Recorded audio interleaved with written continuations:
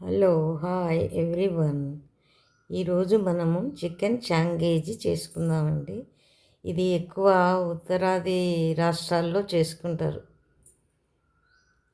So ఇవన్నీ మొత్తం ingredients అన్నీ ఇచ్చాను. ప్రాసెస్లోకి వెళ్ళిపోతుంది. చాలా ఈజీ చేయడం. చికెన్, అల్లం వెల్లుల్లి పేస్ట్, పసుపు, ఉప్పుతో కలిపి 30 నిమిషాలు మ్యారినేట్ చేసుకోవాలి. తర్వాత పాన్లో నూనె వేసి ఉల్లిపాయలు వేయించుకోవాలి.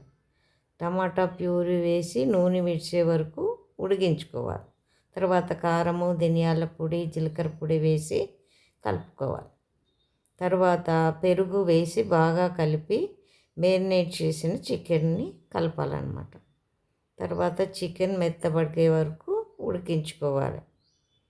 చివరిగా గరం మసాలా, కసూరి మెంతి క్రీమ్ వేసి 3-4 నిమిషాలు ఉడికించుకోవాలి.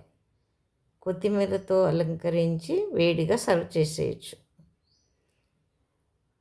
చికెన్ బాగా రుచిగా కావాలంటే మెరుగ్గా మేరినేట్ చేసి నెయ్యి వేసి వండితే చాలా టేస్టీగా ఉంటుందంట. ఇది బటర్ నాన్లోకి కానీ, రుమాలి రోటీలోకి కానీ, జీరా రైస్కి కానీ చాలా బాగుంటుంది. ఎంత రుచికరంగా ఉందో ఒకసారి తప్పక ట్రై చేయండి. నచ్చితే ఒక లైక్ ఇవ్వండి. Thank you.